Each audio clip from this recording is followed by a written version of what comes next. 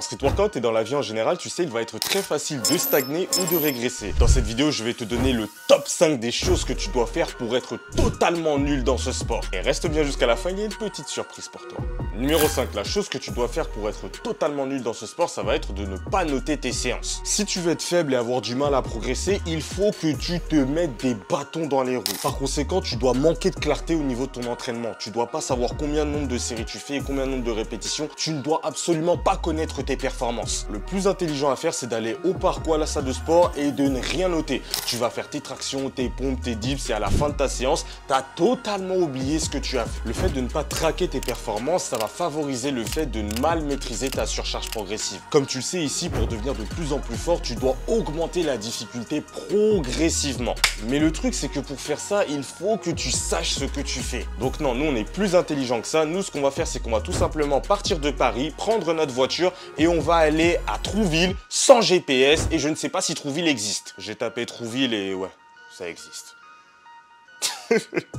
Cela étant dit, ça c'est tout simplement des aspects intellectuels. On va maintenant plus s'intéresser à l'entraînement. Pour vraiment être faible dans ce sport, ce que tu vas faire à partir de maintenant, c'est t'entraîner avec une très forte intensité et une très forte fréquence. Alors si tu es familier avec l'univers de Dragon Ball, dans la première partie de cette œuvre, tu te rappelles que les Saiyajins, lorsqu'ils frôlaient la mort, ils devenaient plus forts. Et bien ce phénomène s'applique dans n'importe quel domaine de la vie. Lorsque tu vas effectuer un stress, un stimuli, par exemple ça va être des tractions, tu vas déchirer des fibres musculaires, etc.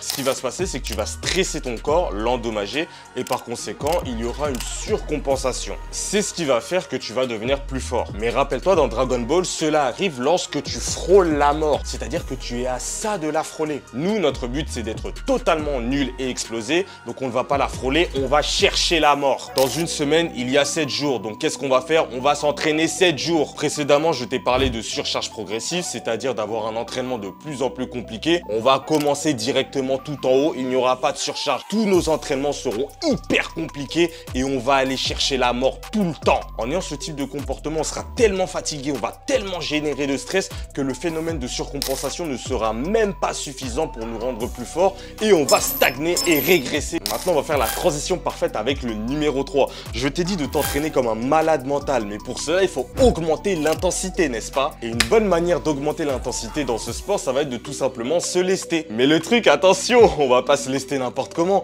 Ce qu'on va faire, c'est qu'on va prendre un mouvement où on est débutant, où on a des lacunes techniques, où on n'a pas encore accumulé assez de volume pour être totalement à l'aise et on va rajouter du poids. Par exemple, on va débuter en muscle up, on va réussir à en faire 3, 4 avec une forme totalement approximative. Les bases ne sont pas maîtrisées, mais on va quand même rajouter du poids parce qu'il faut progresser. Un super guerrier n'abandonne jamais. Regarde, là, je vais te montrer un truc hyper intéressant. Là, ce qui se passe, c'est que j'ai du poids.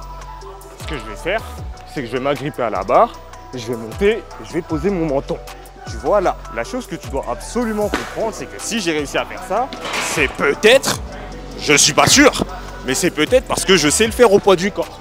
Ok, donc toi ce que tu vas faire pour être totalement éclaté, tu vas faire une traction à un bras comme ça, toute dégueulasse, tu vas vraiment être faible et ensuite tu auras la génieuse idée de mettre du poids pour progresser. Ah oui les gars, les gens forts, qu'est-ce qu'ils font souvent? Ils vous disent souvent, travaillez vos bases, travaillez vos bases, travaillez vos fondations. Mais nous, on s'en fout, nous. Nous, on veut construire une tour Eiffel sans aucune fondation. Nous, ce qu'on veut, c'est même si on sait faire 3, 4 muscle-up, qu'on kiffe, qu'on a des problèmes de trajectoire, de timing, de force, de transition. Bah, nous, ce qu'on va faire, c'est qu'on va se lester, qu'on va mettre du poids. Parce que nous, ce qu'on veut, eh ben, c'est être nul. La logique, elle va vraiment être très très simple. Se lester, c'est réservé à l'élite, ceux qui ont réussi à totalement maîtriser le mouvement. Nous sommes des débutants. On ne maîtrise pas encore totalement le mouvement, mais on veut devenir des élites. Donc, qu'est-ce qu'on va faire? On est débutant et on va s'entraîner comme les élites. On va se lester.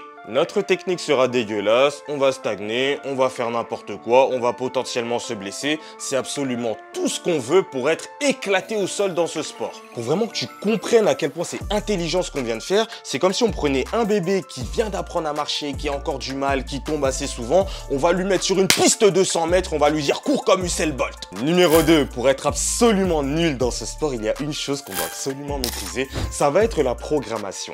C'est-à-dire qu'on va faire n'importe quoi vraiment dans nos séances d'entraînement. Imaginons qu'on souhaite devenir meilleur en traction, qu'est-ce qu'on va faire? Eh ben on va faire des squats. Bon allez, je vous l'accorde, l'exemple il était un tout petit peu extrême. Imaginons que tu souhaites devenir meilleur en muscle-up, et ben on va faire des tractions. C'est clair que c'est le même mouvement, tu vois. Regarde, les tractions ça ressemble à ça, le muscle-up ça ressemble à ça. Donc ce qu'on va faire, c'est qu'on va juste faire des tractions et le muscle-up il va venir comme par magie. C'est-à-dire que la chose que tu dois absolument comprendre, c'est que pour être meilleur en traction, il faut faire des tractions. Mais nous, vu qu'on souhaite être nul, pour être meilleur en traction, on va faire des dips. Et ensuite, ce qu'on va faire, c'est qu'on va venir voir Poolboy sur Instagram et lui demander pourquoi nous sommes nuls et on progresse pas. Et vu que Poolboy a répondu environ 300 fois à ce message, il va tout simplement faire un copier-coller qu'il a enregistré sur son téléphone. Et là, maintenant, nous arrivons à la chose la plus intelligente que nous devons faire pour être nuls dans ce sport. Écoute-moi bien. Alors là, depuis tout à l'heure, je te parle d'entraînement, de performance, mais il y a une chose qui est géniale, ça va tout simplement chercher la blessure et détruire notre corps. Alors tu sais, chez l'être humain, il y a quelque chose qui est merveilleux, c'est que notre cerveau, il nous envoie des signaux. Si tu poses ta main sur une plaque chauffante, et ben ce qui va se passer, c'est que ça va brûler.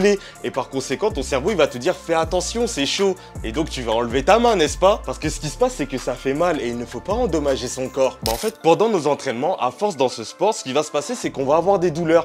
Et notre cerveau, il va nous dire, attention, ici j'ai mal, il faut pas forcer ici. Et bah ce que tu vas faire, c'est que tu vas forcer à cet endroit. Par exemple, tu fais des dips lestés et tu remarques que tu commences à avoir des grosses douleurs au niveau des épaules. Non, pourquoi s'arrêter de faire des dips lestés et prendre un peu de repos?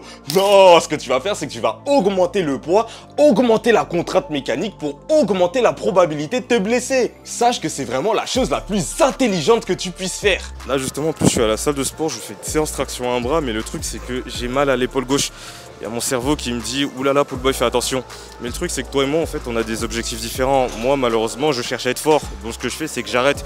Toi, vu que tu cherches à être nul, eh ben, je te conseille de continuer. Il est vraiment très important de s'entraîner sous la douleur pour devenir plus fort, car un super guerrier n'abandonne jamais.